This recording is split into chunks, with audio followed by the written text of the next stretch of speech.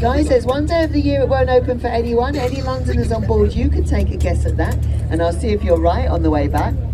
Because guys, I've secretly had you in training for this bridge.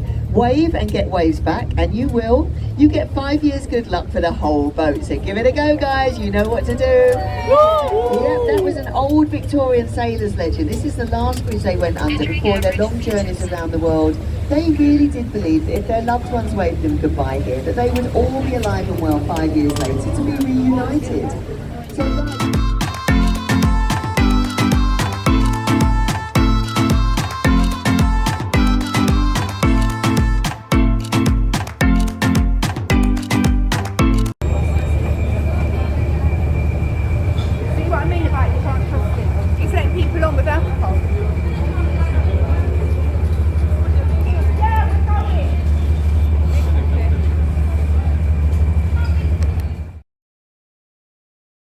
So first up on the right hand side, we've got the Palace of Westminster. Now, there was a royal palace on this site for many, many years, from King Canute in Anglo-Saxon times until Henry VIII. He moved out down to one of his many palaces, the Palace of Whitehall.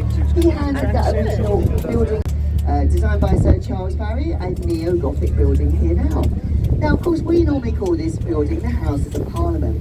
And we have two houses in our Parliament system, the House of Lords and the House of Commons. Now, before we turn around here, check out the red awnings and the green awnings there. I'll explain about those in a minute. And just check out over there, the small stone hut. Can you see it with the steps leading down to the river? That used to be the UK's smallest prison. It was known as the Blind Hut because there's no light in there, and Black Rod Stairs. So we have two houses, the House of Lords, they're appointed by the monarchy. Now they hang out in the red area. The House of Commons, they hang out in the green area. Now that colour coding is reflected all throughout Parliament. They have to be kept separate to avoid corruption. Don't know how well that works, guys, that's what they tell us anyway. Now before we had the vote, of course, people had to do some fairly extreme things. And back in the day we had a man called Guy Fawkes. On the 5th of November 1605, he decided to blow them all up. But sadly he was caught, and luckily he was caught, and he was taken to that small stone prison. He was held there overnight until a boat could come along to take him down to the Tower of London. Guys, that's the exact same journey we're going to make today, and as long as you will behave yourself, I won't leave you there, we'll bring you back. So guys, ahead of you you've got St Thomas's Hospital there, one of the oldest hospitals here in England, a world-leading medical school. Also famous for Florence Nightingale. This is where she brought her new style of nursing back from the Crimean War. All the nurses who train here called Nightingales in her honour. And a statue to Mary Seacole in there. She was a Jamaican nurse who was also out in the Crimean. Now guys, on your left hand side you can see a clock tower there. Until 2012 that is what it was called, the clock tower. 2012, Queen Elizabeth II's Diamond Jubilee, 60 years on the throne, it was renamed the Elizabeth Tower in her honour. So yes guys, that means that none of you can actually see Big Ben, because Big Ben is the 13.5-ton bell that sits inside the Elizabeth Tower. But you know what guys, if you ask any Londoner where the Elizabeth Tower is, nobody will have a clue, because we all call it Big Ben as well. Now, right, I didn't have time to tell you this on the way up. So we have fun waving at the bridges, see who waves back.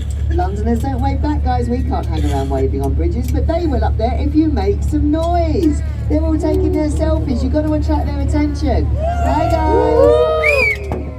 That is the fourth most popular selfie spot in London, because of course they're getting their selfies with Big Ben up there.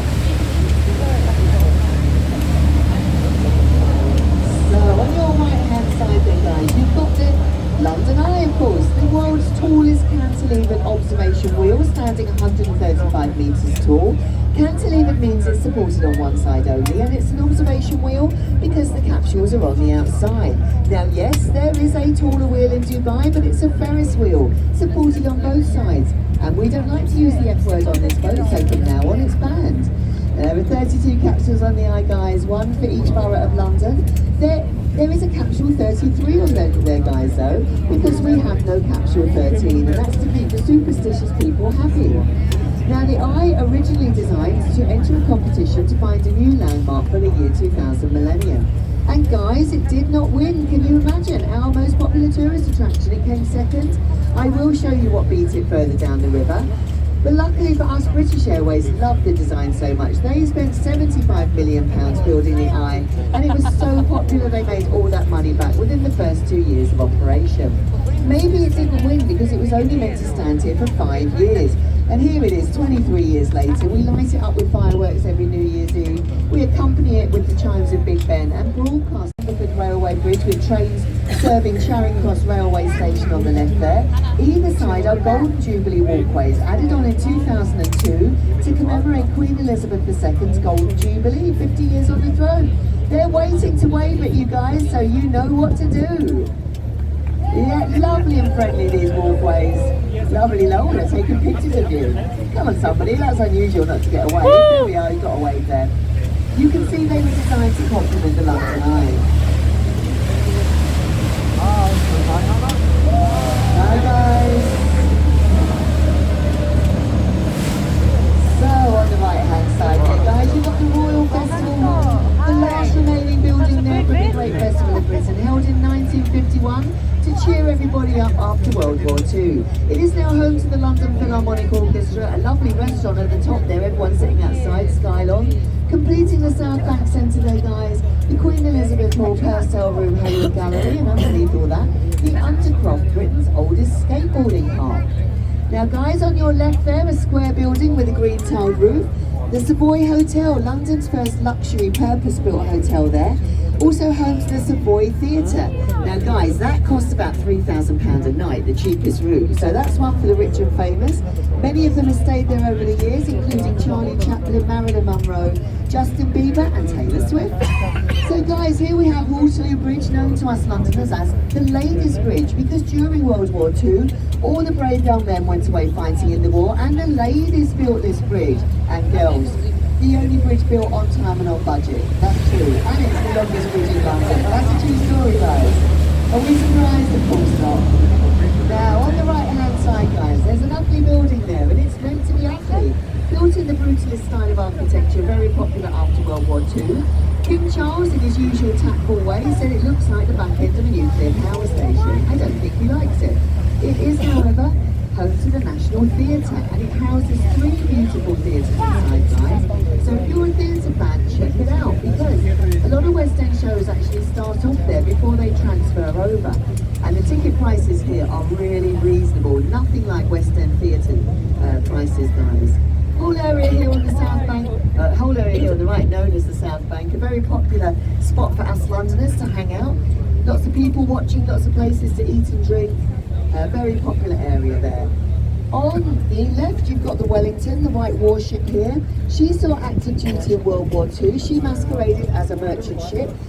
She would lure the German U-boats to the surface. They didn't want to waste a torpedo on a merchant ship, so they left her alone. She dropped her disguise, opened up her guns, and fired at them.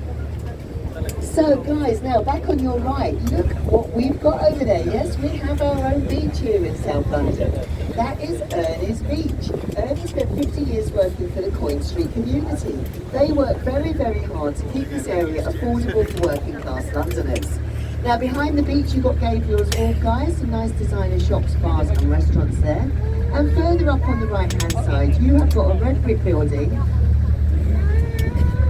with a tower on the top. Now it looks like it says OXO, doesn't it? And we do call that building the OXO Tower. But legally it says nothing at all, guys, and that's because the River Thames is a royal highway and it's illegal to advertise. OXO, the famous gravy company here, moved into that building in the 1930s.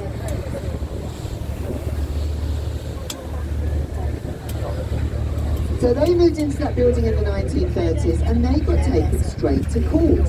They hired a very clever lawyer and he said to the judge, "Judge, it doesn't say anything at all. We just randomly ordered 3 geometric shaped windows. They just happened to arrive, 2 noughts and a cross, and we randomly put them up." And the judge believed him. What a silly judge. It's no longer home to OXO though, they moved out a long time ago. It's now home to Harvey Nichols restaurant at the top. Thanks to the Coin Street community, every single apartment in that building is local, social affordable housing for the local residents of the London boroughs of Lambeth and Southwark. Now it is said that judge never worked again because he became a bit of a laughing stock. Now, 2 bridges coming up, guys, both called Blackfriars. There used to be a monastery on the left-hand side. The monks, or friars as they were known, wore long black cloaks, and that is where the name came from. Look at the columns here, you can see they resemble church pulpits. That's the religious connection there. Second bridge is a railway station, guys. So a complete railway station on there. And that is the only railway station to completely span the Thames. So that one is Blackfriars Railway Station.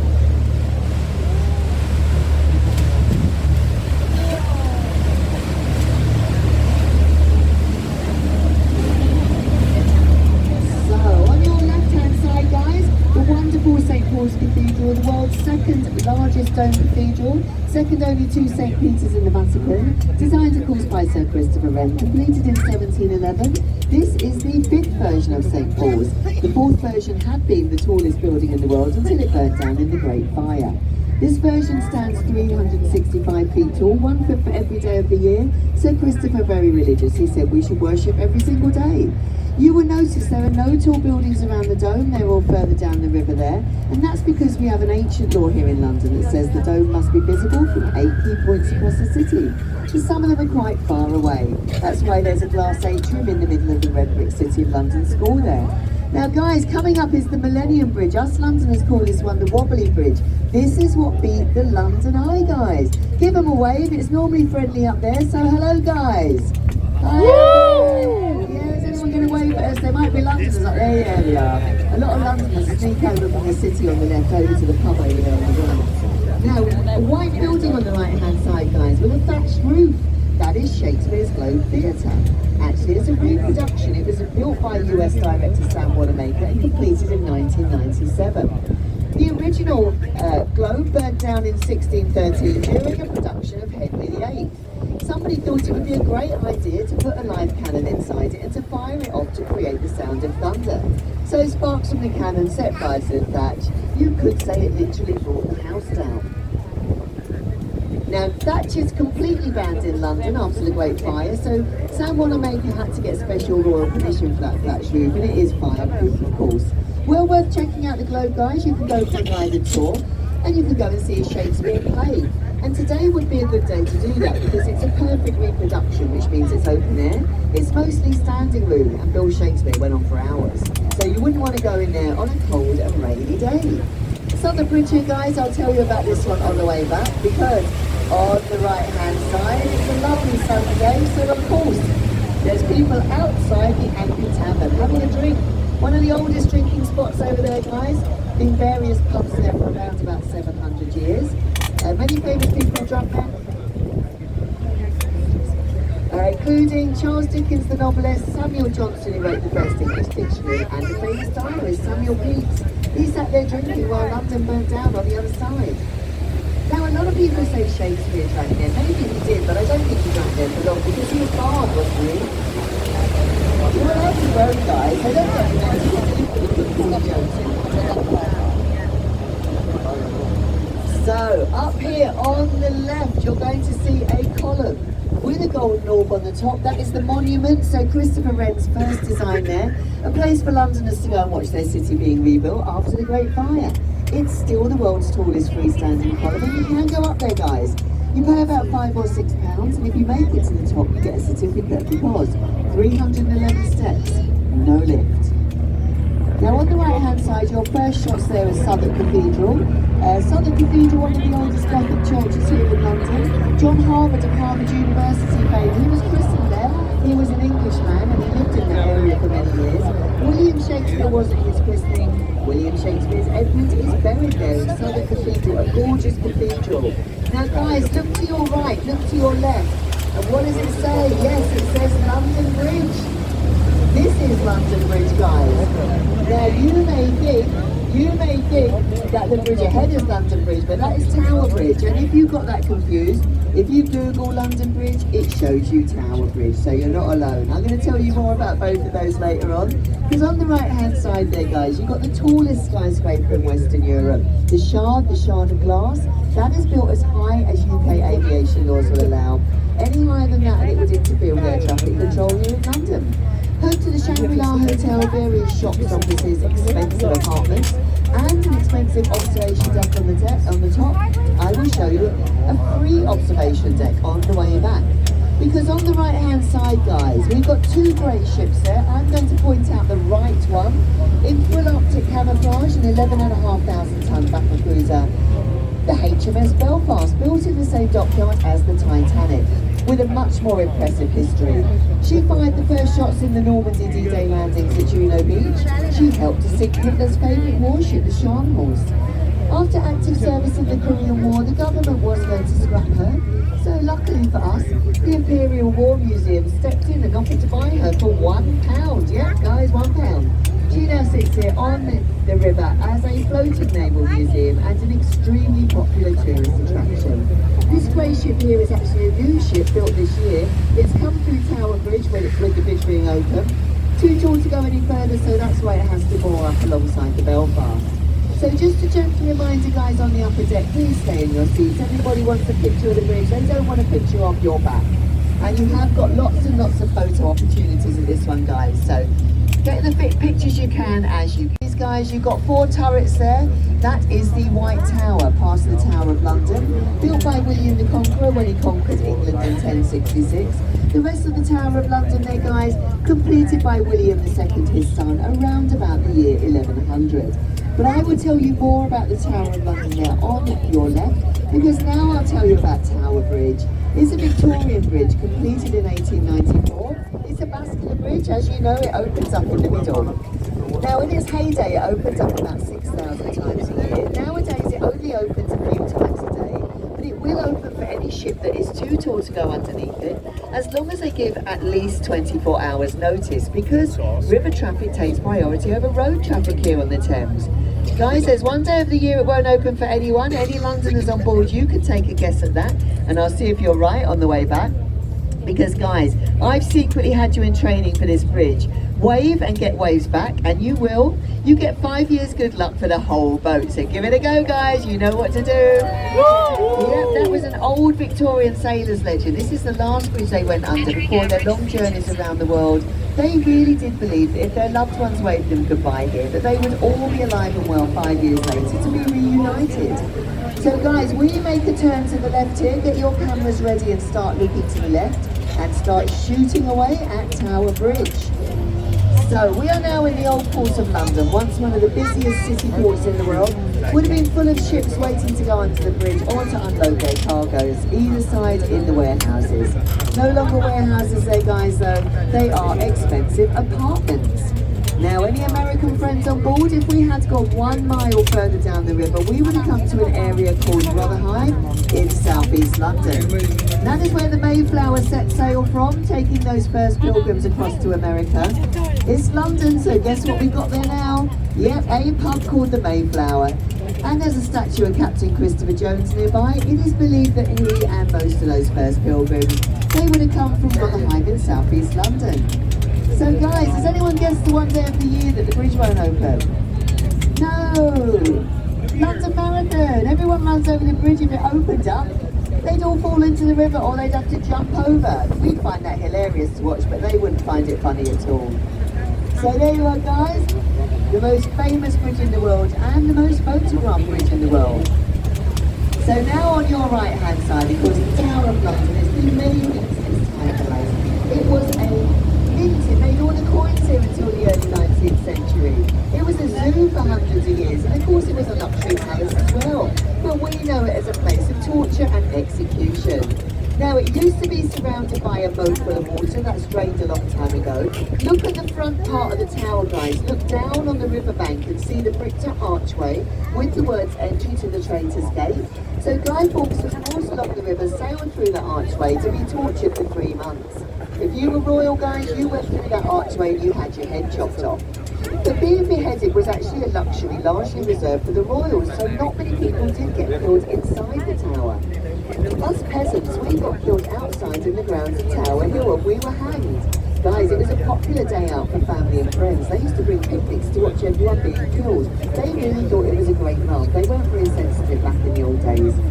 Now, do visit the tower, guys. It's absolutely fascinating. And if you go in there, look for the beefeaters. They live and work in the tower. They protect the crown jewels, so they're experts. And if they're free, guys, they will give you a free guided tour. Do remember to give them a tip though, guys, because Legends in London says if you tip a tour guide, you get another 5 years good luck, coincidentally. It's all true, guys. Now, there's also a legend that says there must be 6 ravens in the tower at all times, or the crown and the tower will fall. So the bee feeders feed the ravens very well, but sadly for them, their wings are clipped. They can't fly away, even if they want to. So on your right-hand side, guys, you've got all the funky skyscrapers there. Weird designs, they are preserving the sightlines of the Dome of St. Paul's. So we've got the names to match the designs. You can see the cheese grater, the scalpel. The gherkin is a little bit overshadowed nowadays, but you can make out the top of the gherkin. But guys, our favourite one is the massive one there on the right-hand side. That is the walkie-talkie building in Fenchurch Street. Now look at the top, guys. The top 3 floors are called the Sky Gardens. If you look closely, you can see the people on the outdoor observation deck. Lovely landscape gardens, bars and restaurants up there, guys. And the best bit, it's free to go up there. Don't pay 30 quid to go up the Shard. Go up to the Sky Gardens. It is best to try and book a time slot online, guys, but you know what? Treat yourself to a slot in the cocktail bar if you can't get one of those, because you've got fantastic 360-degree views of the City of London. So remember, guys, the Sky Gardens in the walkie-talkie building in Fenchurch Street. So ahead of us, guys, we have got London Bridge. Not very exciting looking after Tower Bridge, is it? Now all those people that are heading to the left to London Bridge railway station, they're all Londoners leaving their day jobs in the City of London, the financial district known as the Square Mile, because it measures a square mile. If you get a wave off them, guys, you're doing well. Now this was the original crossing point here on the Thames. This is where the London Romans founded Londinium around about 1840, and for hundreds and hundreds of years, the only crossing point here on the river. Now the nursery rhyme tells you London Bridge fell down quite a lot. It burnt, it sunk, it rotted. The Victoria Bridge before this one, it started to sink with the increasing weight of road traffic. So the government decided to sell it. We're getting away. Hello guys. Yeah, they sold it to an American named Robert P. McCullough. He bought it, dismantled it and shipped it brick by brick to Lake Hamilton in Arizona and reconstructed it there. It still stands there today, guys. You can cross London Bridge here in London and also in Arizona. Now, it's widely believed that he thought he was buying Tower Bridge. He spent $2.5 million in the 60s, a lot of money, and there was no internet then. We think he did think that. He strongly denies it. But you know what, guys? It doesn't really matter, because London Bridge in Arizona is actually the second most popular tourist attraction after the Grand Canyon. So he had the last laugh there, really. Now, ahead of us, Cannon Street Railway Bridge. Nothing exciting, guys. Commuters coming from the southeast of England into Cannon Street Railway Station there on the right for the day jobs in the Square Mile, and they'll be leaving to go home. And that's it. So we look at the windows underneath on the right-hand side. That is a sauna. If there's anyone in there, we give them a wave. We see all sorts in there, guys. Some of them know we can see them and wave back. Some of them are embarrassed. I think it's a nice sunny day and they're all down the pub there, guys. So no one to give us a wave there today.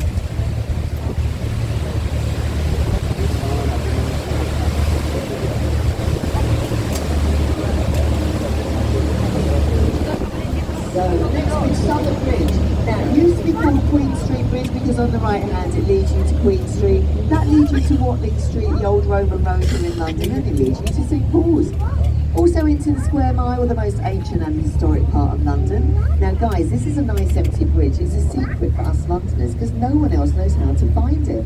So it's my favourite bridge, quick and easy hop over into the city there. Now, do you recognise this bridge with the Mary Poppins movie? Yeah, they called it London Bridge though because it's pretty for London Bridge, isn't it?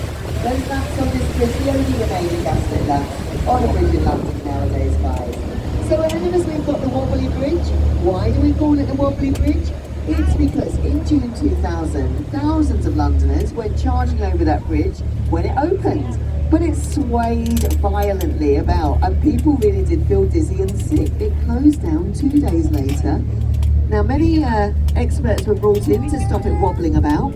In the end, NASA came along and they installed earthquake dampers, otherwise known as shock absorbers, on the bridge, and it did stop wobbling about, and it finally reopened about 2 years later. Guys, us Londoners are silly. We love silly names. We're always going to call that bridge the Wobbly Bridge. Most Londoners don't know it's called the Millennium Bridge. So hello downstairs, guys. Just letting you know we don't forget you. Making sure you enjoy yourself, yeah? Not getting too drunk down here, I hope. Actually, I don't mind if you get drunk. So, poor Norman Foster who designed this bridge. This bridge keeps getting destroyed. Harry Potter fans on board, yeah? Do you recognise it? Yeah. Harry Potter and the Half-Blood Prince, Voldemort's Death Eaters, attacked and destroyed it. Guardians of the Galaxy attacked and destroyed it. London has fallen, attacked and destroyed it. We call it the Wobbly Bridge, they keep destroying it. Norman Foster, the designer, wanted to call it the Blade of Light. Oh well. On the left-hand side then, guys, you've got the Tate Modern Art Gallery, home to the world's largest collection of modern art. Now, modern art might not be your thing, but hey guys, look at the top. Look at those lucky people enjoying a drink outside the cocktail bar. Loads of weird and wacky stuff in there, guys. The best bit is it's free to go in there. All sorts of stuff to see and well worth it. And lots of people don't know this. There's a small shop on the ground floor and you can get little bits of paper and colouring pencils. You can do your own little bit of artwork and you can hang it up on the wall in there. So back to the Blackfriars Bridges then, guys. Now, there was a monastery on the right-hand side, and the monks, or friars as they were known, they wore long black cloaks. That's where the name came from. So the second bridge, you will notice that the columns are church pulpits and there are birds on them. On this side there's seawater birds, on the other side they're freshwater birds. The Victorians believed that this is where the two waters met. We now know that's not true. That happens about 9 miles upstream in Richmond. So Blackfriars Railway Station, those panels on the top, guys, solar panels, it might be solar powered today. The other 360 odd days of the year, of course, powered by the National Grid.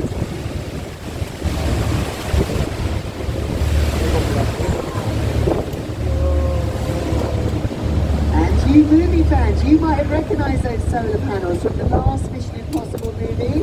Tom Cruise ran over them, not the new one, the last one. Those red columns there, I'll tell you what they are in a second, they're nothing exciting.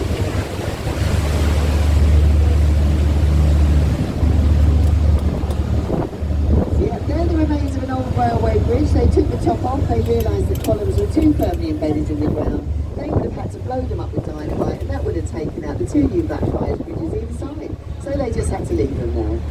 Now, lots of building work going on, guys. You might wonder if there's anything exciting, and the answer to that is no, but it's necessary. Our Victorian sewage system isn't big enough anymore. Too many people live here in London. We need a new super sewer. And underneath the embankment that goes on the right-hand side is where it's going to be. And guys, it's London. Yes, it's got a silly name. It's called the Super Hooper. I'm not joking. I do wish I was. That's real. The pipes under there are going to be so big you could drive 2 red London double-decker buses side by side through them. Now, of course, before we had a sewage system, the river was filthy. And if you look at the river now, you probably think it looks really dirty too, don't you? But actually, the Thames is one of the cleanest urban rivers in the world, yeah? Now, it looks murky because the Thames is tidal. So the tide constantly churns the sediment on the bottom there, guys. Now, there's about 125 different species of marine life down there, including seals and seahorses, starfish, dolphins, whales and sharks, although the dolphins, whales and sharks are closer down to the end where the sea is, because remember the Thames does flow down to the sea. Now, we're quite low tide at the moment, guys. Look on the right-hand side of the wall there. You can see how high the water really does get there, guys. Now, also, look at the roadway on the right, and you can see the 2 silver dragons there. They're actually called griffins. They are symbols of the City of London, the Square Mile. Now, that means we are leaving the Square Mile. We are re-entering the City of Westminster. The griffins surround the Square Mile. They believe that they are a symbol of protection.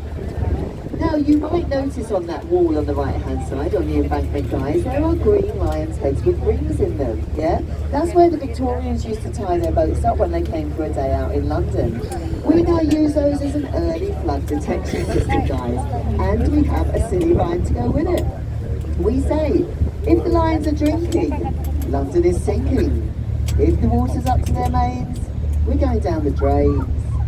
But if the lions' heads are ducked, well, London is flooded.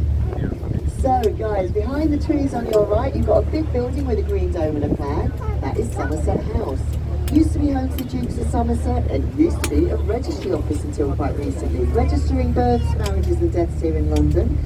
Its silly nickname was the Hatcham, Matcham and Dispatcham office. But now it is actually the Courtauld Institute of Art and home to some very, very famous artwork there. And like all our museums and art galleries here in London, free to enter. Sometimes they will charge you for a specific exhibit inside, but they're all free to enter. So back to Waterloo Bridge then, guys. Now, on the right-hand side, if you're wondering what to do when you get off the boat, head over to the right and you're in Covent Garden, where all of our theatres, restaurants, bars, street life, nightlife, shops are. Plenty to see and do over there, guys. And I'm not sure if you get a chance to see it, but if you make it in time for the sunset, you get a spectacular sunset from Waterloo Bridge. That's why the Kinks wrote a song, Waterloo Sunset. It sits on a perfect curve here on the river. So guys, now coming up on your right hand side, it's really hard actually to sunrise, I know, but I'm doing my best. Where the white boats are, you have got an Egyptian obelisk over there. I'm going to try and point it out for you if you can't see it. It's around about 3,500 years old, older than London itself. Now that is Cleopatra's Needle. That was a gift to England from Egypt for helping out in the Battle of the Nile. That's right guys, that one belongs to us. If you want to see all the stuff England stole from around the world, you can go to the British Museum to see all that. And it's free to go and see. So we can proudly display that one. Now look at the sphinxes on the bottom guys, they're facing the wrong way round. Sphinxes should face outward to protect the needle from us. The Victorians didn't know that and they faced them inwards, so they're now protecting us from the needle. Do you know what guys, that's quite reassuring. Lots of Egyptology that's been tampered with is cursed. That needle didn't want to come over here guys, trust me. It broke away from the ship bringing it over, was lost at sea for a few years, lots of sailors died in the voyage over, so I feel quite reassured to know that we are protected. Now guys, before we get our last waves in, this is where we close the toilets on board. We have to make a quick getaway when you all leave us. The nearest toilet's over there in the Royal Festival Hall and in the London Eye ticket office. Don't pay to go on the South Bank guys, you don't need to. Hi guys, hello up there. So let's see if anyone waves. Whoa, no wave. We got another one guys. Woo! Just do remain in your seats now until we're completely tied up. Sometimes the fast boats go by and they do create waves. We don't want to lose anyone over the side now, okay? So, on the right hand side behind the trees there guys, you've got a building with green roofs and flags. That is the Ministry of Defence. We call it the iceberg here in London because the 9 floors above ground are the tip of the iceberg. There's 20 floors under that building, full of tunnels connecting up Buckingham Palace, Downing Street, the Houses of Parliament.